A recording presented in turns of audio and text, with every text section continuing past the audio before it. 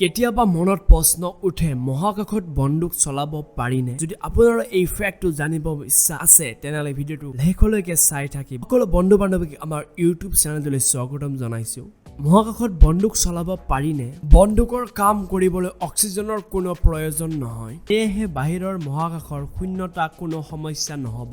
বাৰুদ সম্পন্ন স্বয়ং সম্পন্ন আৰু বায়ুমণ্ডলৰ ওপৰত নিৰ্ভৰ নকৰে বন্দুকটোৱে মহাকাশত ভালদৰে কাম কৰিব বুলেটটোৱে বেৰেলত বায়ু সংকুচিত বা ঠেলাব নালাগে আৰু ই মহাকাশত অসীম দূৰত্বলৈ অতিক্ৰম কৰিব পাৰে যিহেতু ই মহাকাশত আছে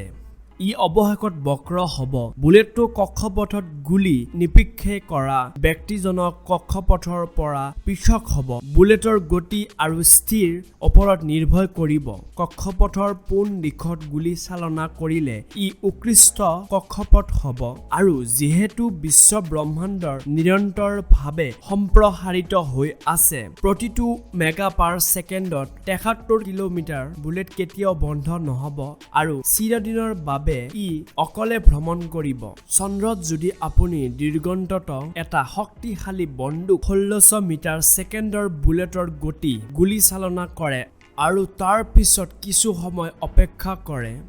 আপুনি মূৰৰ আঘাত হ'ব পাৰে তো যদি আমি শৰ্টলি যদি ক'ব যাওঁ আমি স্পেচত গান চলাব পাৰোঁ নে নোৱাৰো তেনেহলে আপোনালোকে স্পেচত গান চলাব পাৰিব বন্ধু বান্ধৱীসকল আজিৰ এই ভিডিঅ'টোত এইটোৱে ফ্যাক্টৰ কথা আছিল আৰু যদি আপোনালোকে এই ফ্যাক্টটো আপোনালোকৰ কিবা নলেজফুল হয় তেনেহলে বন্ধু বান্ধৱীৰ সৈতে ভিডিঅ'টো শ্বেয়াৰ কৰিব নাপাহৰিব আৰু চেনেলটো সাবস্ক্ৰাইব কৰিব নাপাহৰিব